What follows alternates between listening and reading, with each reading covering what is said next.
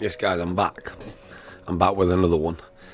And what I'm looking at today is I'm going to be showing you how I take trades, what are my confirmations with trades,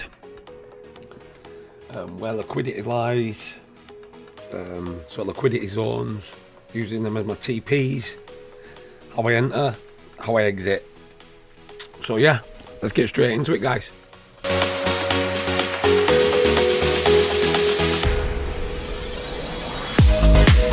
So I'll start on the daily with BTC. You know, you can even start on the weekly if you really want to. But if you're looking at BTC on the weekly at the minute, I'm having a little scan of it. So this grey line here is the value area low. Then we've got the point of control and the value area high. So if you're looking at BTC at the minute, and we've got this zone here, that there is, you know, where most trades have been taken here. This is why we created that range. We've got the range high, which is the value area high, and we've got the range low.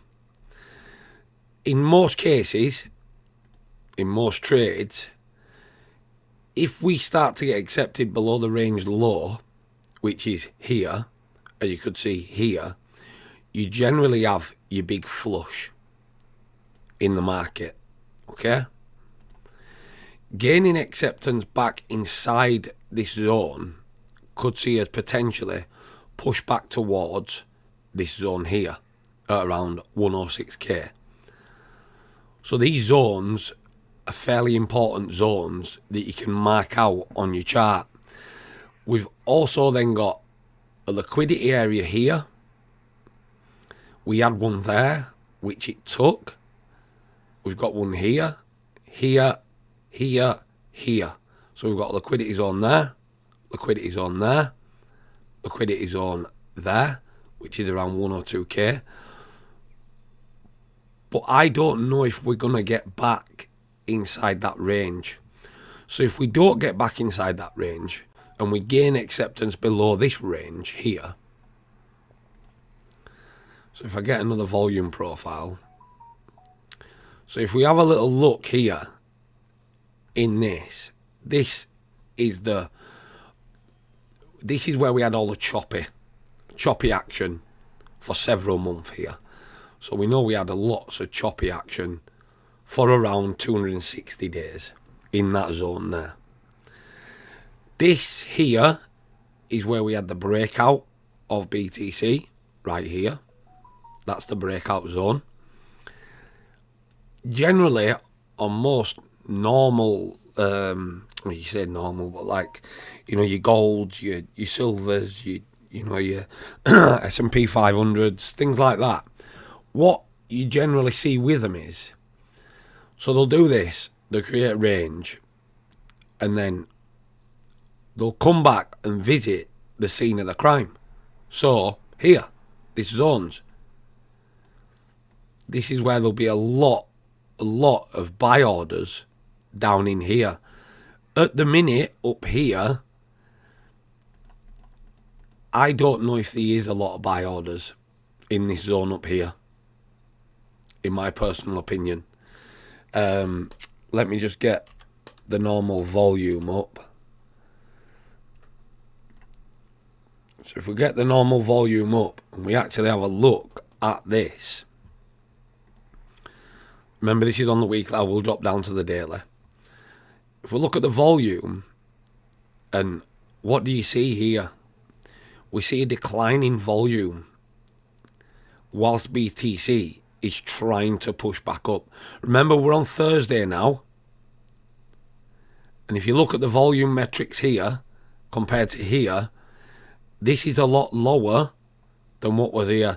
And I've also heard that, you know, I think, I can't remember where it was, but, you know, 70% of major, you know, multi-billionaires, stock traders, will not be trading BTC in 2025. That's what I've heard. You know, what I've heard and what will happen are completely different, but that's what I've heard. And that's a big percentage if you're looking at it like that. So if we also have another little look, I'll look at the this money flow indicator, what my mate James has made. So if we're having a little look at the money flow, and we have a little look at this push here, okay? We had the push, and then we had another push here. But if you're looking at just a normal RSI, what are these? These are diversions in the chart. These are little things to show you that maybe there's not a lot of interest in a coin at this zone. So we've got this here and this here. Money is starting to flow out. So it wouldn't surprise me if money continues to do this, which then will give us the correction that BTC desperately needs. It desperately needs this correction. Being in this range, you know, like here, when we was in this range here, we eventually got the correction that we needed. So you can also have another little look here. So we had money flow coming in here, and we got the high, but money flow was low. So we got the high around here, and then we got another high here. But again, another bearish divergence, which then seen BTC drop from there a good 32% correction. So from where we are now at the price, I have pointed it out previously, and I am going to show you how I take trades. A 30-odd% correction would see us come down into here. If we go from the high to the 30% correction, it literally takes us back in to the CME gap. Right, so now back to confirmations of what I actually look for in trades. So we'll go down to the daily. Have another look at the daily. So this grey line here is this value area high. Okay? We are still above that value area high at the minute. Okay? This next volume area, that grey line there is the value area low. Gaining acceptance under the value area low generally means we could see a drop into this value area. And we don't want to see something like this. What we want to see is when it gains acceptance into here, it has a little chop, and then it has a big candle like this. And then you could possibly see it come through these lower areas. So that's what I'll be looking for. Before I short BTC at the minute, I'm going to be looking for an acceptance below this value area, which will give us a great short in BTC. I will take some off here at this liquidity zone here. If we gain acceptance back inside that volume area, like I say, that's the point of control, and we could see it push back up towards there. So we've got two scenarios to keep an eye on here in BTC. So this is what I'm looking for, and this is what I will wait for. So you can also use your trend lines at the same time. So if we get a trend line from here up into here, not many connections in that trend line, but the trend line did work because we came below, we retested, the point of control were there as well. So this gives you an extra confluence in this trade to say, right, we've hit the point of control again, we've come underneath the trend line, we've tested, we've tested, we've tested. And then we get a push down of 12%, which, you know, if that's times 10, you know, it's a decent trade, isn't it? It's, what is it, about 120% trade? You know, that's going to be a good amount for you to take. And like I've said about the money flow, if you're looking at the money flow at the minute on BTC, the money flow is going out. And this is a divergence. So the money flow is coming out, but BTC is going up. That's telling you that people have started to lose interest in this. So we're getting somewhat like a market exhaustion at the same time. So if we go back here, and I think we got something similar, which we did here. This gives you another good confirmation here. You don't have to take the trade instantly when it's coming into the purple zone. You can wait for the divergence to occur. And that's what it did.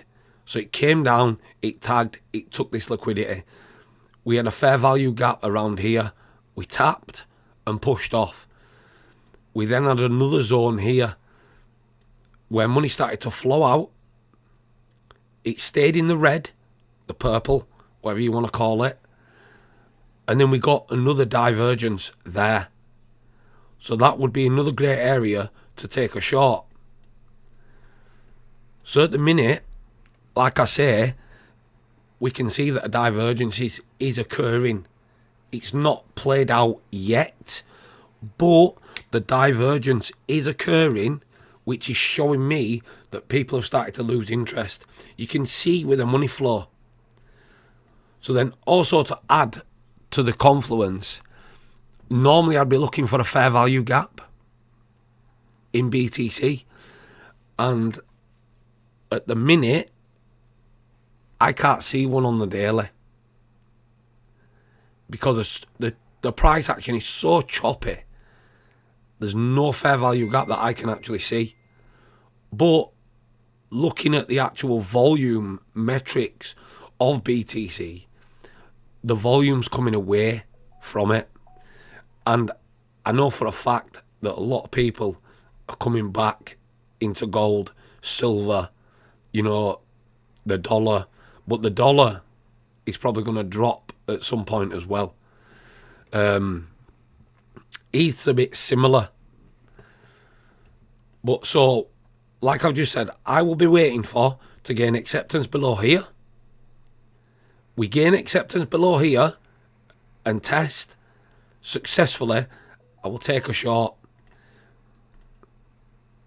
So I'll wait for acceptance below here and I will be taking a short. You know, my stock's probably going to be above that high there. And I'm going to aim for the gap. You know, you can probably get a better risk to reward dropping down into lower time frames. So if I drop down into the 4 hour at the minute and have a little look at BTC. So we've got here a bullish fair value gap on BTC. Right here. And we're still above it at the minute.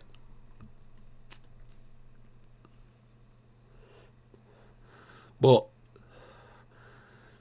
look at the volume again on the 4 hour. The volume isn't looking good at all. It's really not looking good. So what we're going to watch for with BTC is we're going to wait for something like this. And that could there give us our entry. We've got a lot of volume here. We ain't got much there. That's why when it come up into then got rejected, it dropped fairly fast.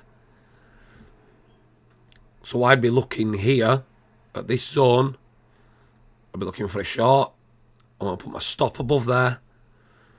My first area of interest is these liquidity zones here. One at 91. One at 88. And then we've got another one here at around 85. So if you take that trade and take it all the way down to around 85, That's a great risk to reward there. That's a 1 to 5 risk to reward. And like I say, I'll be looking at the wicks to start taking some off. You know, I'll take some off here at 91, 88, and then my final TP. But once I hit this TP1, my stop will then come to break even. Because if we do push back up and break me out, I can then look for another short. Or look for a long. It's a bit similar with your longs as well.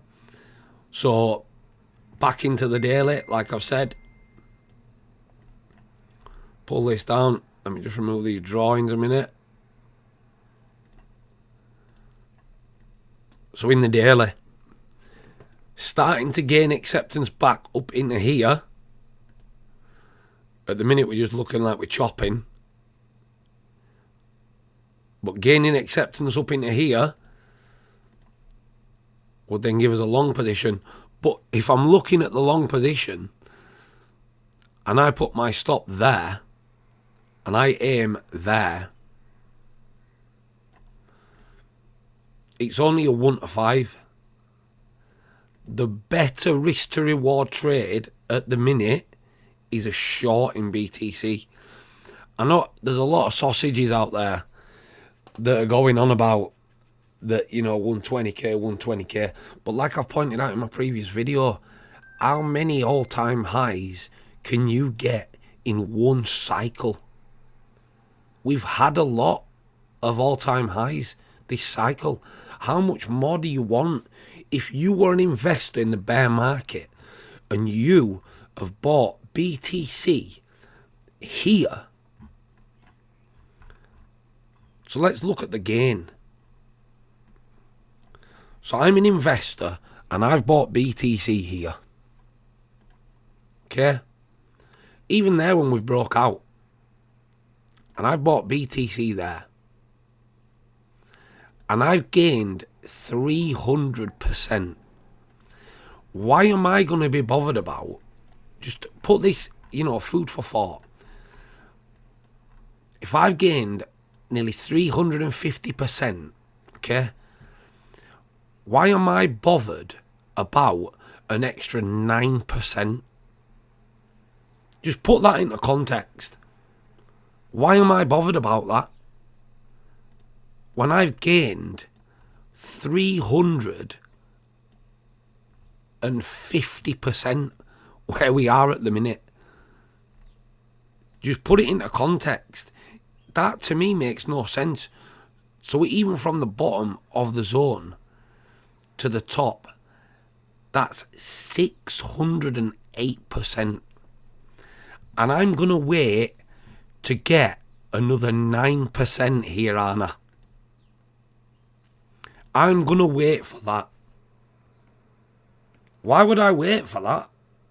You've got to put it into context of how these big players are playing the game. Why would you wait for that? That makes no sense to me.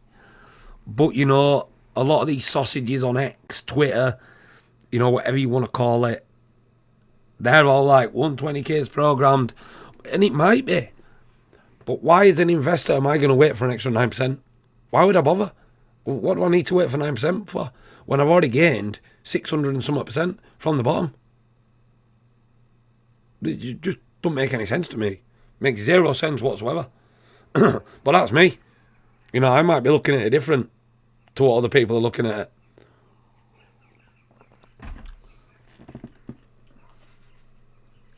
So that's what I'll be looking at in these trades, like I say. I'll be looking for where we are in the value area, what zone we're at. Let's get rid of that a minute. So where we are in the value area, where are we? We're below the value area low at the minute. A retest of this value area low, and then a possible drop.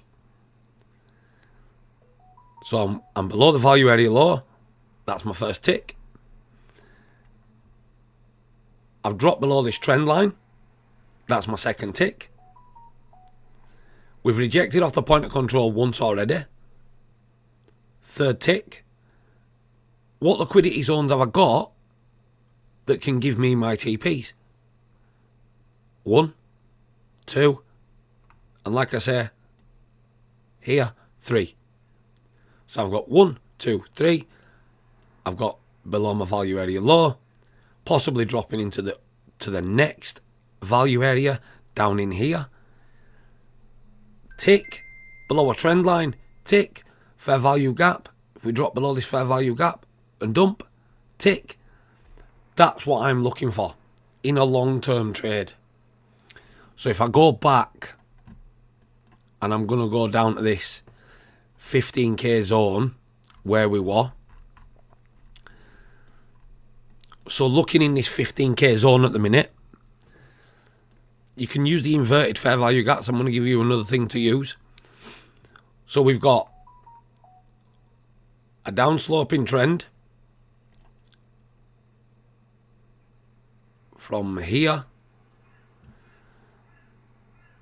down into here. You see that there? Classic fake out. Classic fake out. And I know for a fact how many people would have bought that fake out there. But if you know, just to add your confirmation, if you look at that volume there, that to me is not screaming a buy. Now if we go to this volume here, now that's screaming a buy. Trend line, bearish fair value gap, inverted as well. So on the breakout, you could have bought that here on that breakout with that high volume pushing in to BTC. So we've got 1 tick, trend line breakout, tick, inverted fair value gap, we inverted. And you could have waited here until it came back in and tagged that inversion of that fair value gap there. So that's 2 ticks. Money flow was another tick.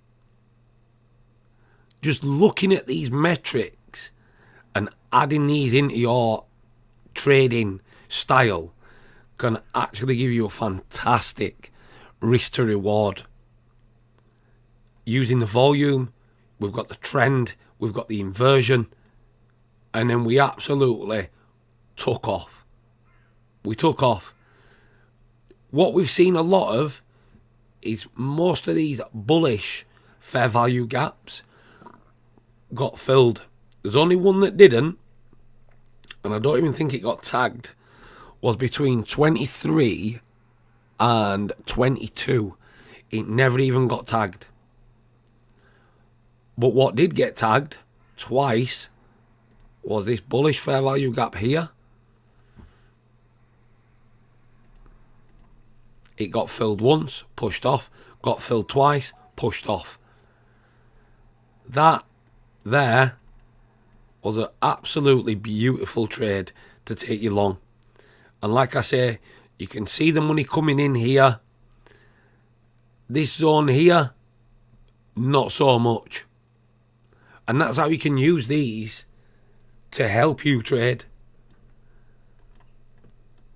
So, you know, it's so easy to use these sort of things to help you trade.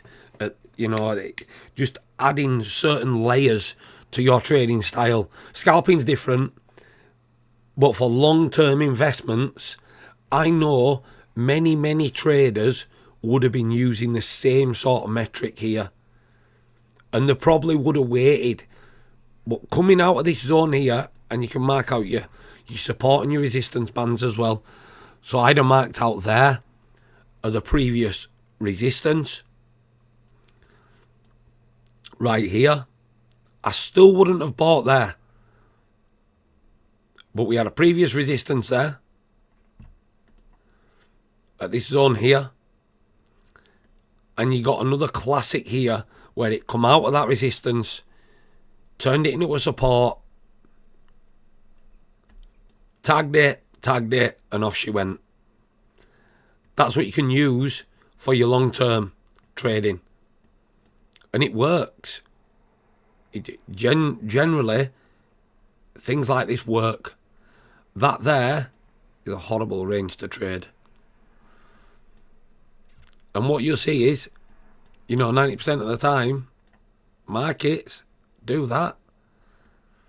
There's only a small percentage of the time that it actually trends. If you look at the trend here, and how many days we actually trended for, we trended for 151 days. We then consolidated for 260. We then trended again for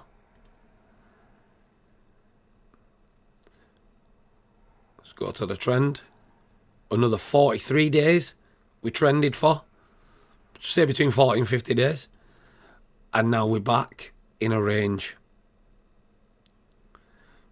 So, these are little things that I'll be looking at for my long-term investments. So keep an eye on them.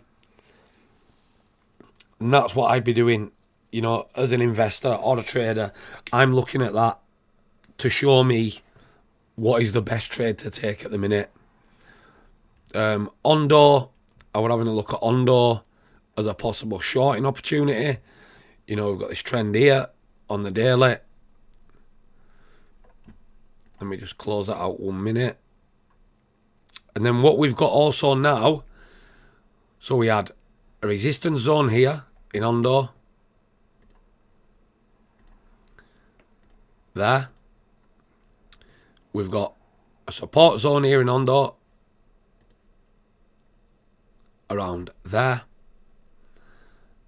And this is doing exactly the same. And then we go a little bit further down. We've got another zone here. Previous support, resistance, turning back into a support zone. Around here. And that's how easy charts can be marked up. Just so you can take your trades. Like I say, if we get the volume profile out. Let me just remove these green lines 1 minute.